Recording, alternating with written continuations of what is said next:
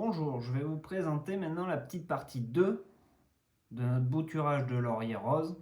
Ça va être la partie rempotage, vu qu'on avait fait nos petites boutures dans de l'eau sur la partie 1. Alors, voici notre petite bouture qui a fait de très belles racines. On peut attendre qu'elles en aient encore plus, mais ça va suffire quand même pour bien faire redémarrer notre bouture. Alors, on va avoir besoin d'un bon terreau très drainant au début, pour quand même faciliter le départ des petites racines qui se faufilent dans le terreau. Et on aura besoin d'un petit godet, comme ceci. Ça peut être plus grand, plus petit, ça va dépendre de ce que vous avez chez vous. Pour ce faire, on remplit notre petit godet de terreau. On va venir placer notre bouture pour qu'elle soit approximativement 4-5 cm en dessous du niveau. On fait attention aux racines vu qu'elles sont toutes petites et très fragiles.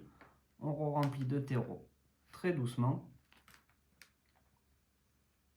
On va tasser très légèrement le terreau pour que la bouture se maintienne bien. Il n'y a plus qu'à arroser. Après, il faut surtout mettre notre petit godet avec notre petite bouture dedans dans un lieu adapté. Donc tout ce qui va être une mini serre de jardin, une serre si vous en avez une, si vous avez de la chance. Après, ça peut être juste un petit sac plastique autour pour garder une humidité, le temps que ça redémarre bien.